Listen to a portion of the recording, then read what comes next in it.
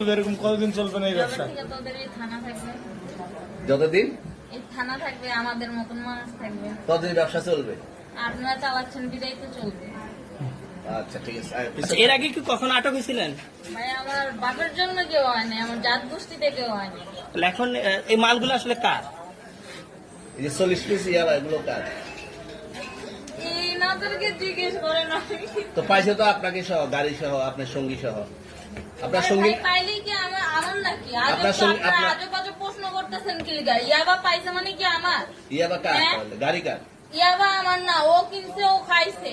ওর নাম আমি কি? ওর নাম শুনেন একটা কথা বলি, আমি যে তোর ফ্রেন্ড তাই বললে আমি এই পর্যন্ত আসি, থানায় পাড়া দিছি, আমি ওইখান থেকে চলে যেতে পারতাম। আমি একজন আর্টিস্ট, ওকে, আমার ডান্সার, আমার সবকিছু আছে।